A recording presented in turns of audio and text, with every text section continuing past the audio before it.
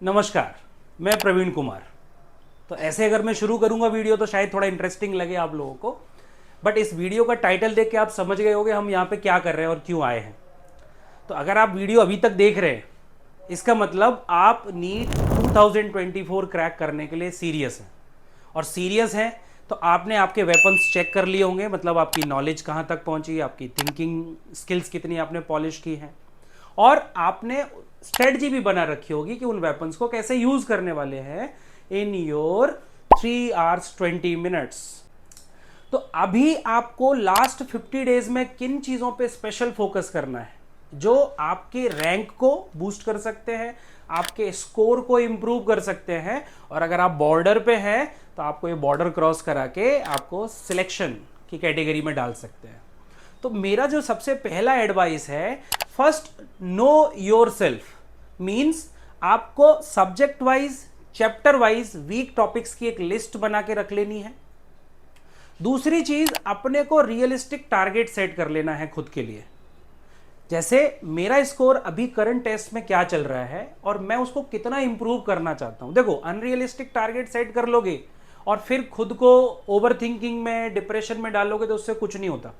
तो कहीं ना कहीं आपको रियलिस्टिक टारगेट सेट करना ही पड़ेगा।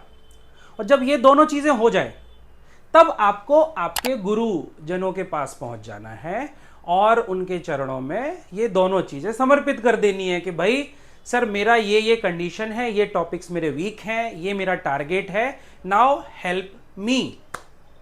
क्योंकि आपके जो टीचर्स हैं उनसे बेटर कोई पर्सन है ही नहीं जो आपको जानता हो और वो आपको गाइड कर सकते हैं।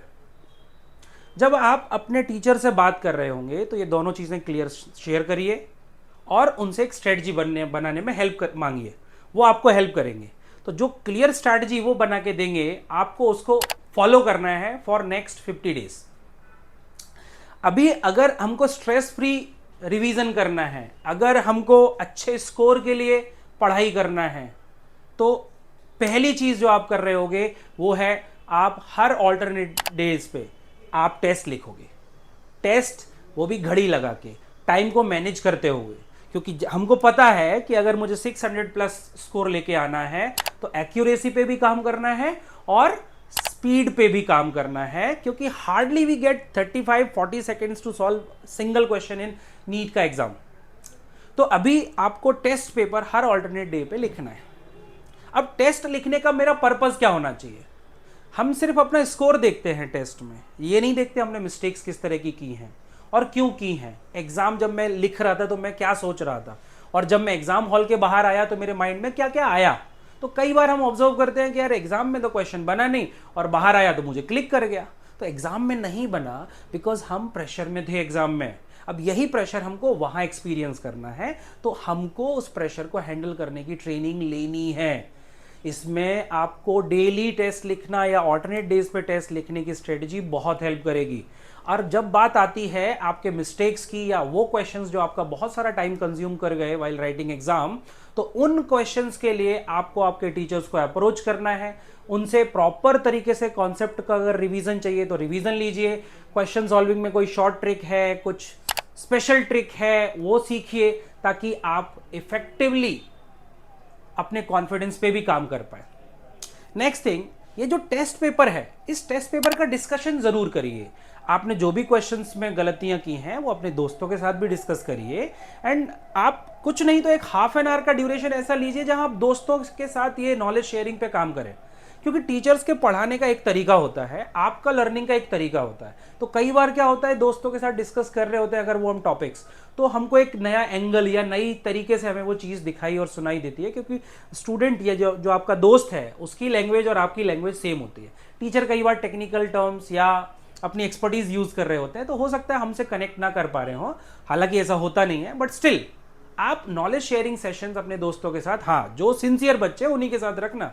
You don't have to waste your time, नहीं तो पता चला आप ऐसे दोस्त के साथ बैठे हैं जो आपका टाइम वेस्ट कर रहा है।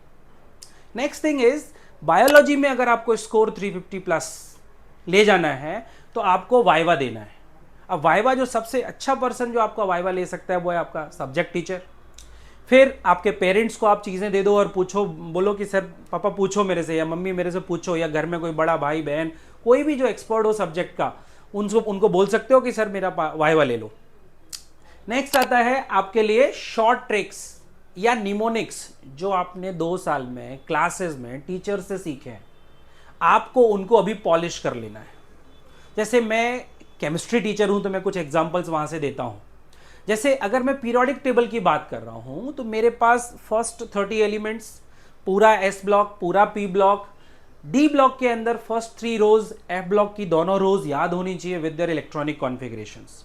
अब ये मुझे across the inorganic chemistry help करता है to know, to learn, to understand all the concepts, and जब क्वेश्चंस आते हैं उनको मिक्स करके, अलग अलग कॉन्सेप्ट्स को मिक्स करके, तो मेरा navigation from one point two another point easy हो जाता है if I remember the elements. मैं अगर फिजिकल केमिस्ट्री की बात करूं तो रेडॉक्स रिएक्शन जरूर पढ़ें बिफोर रिवाइजिंग इलेक्ट्रोकेमिस्ट्री।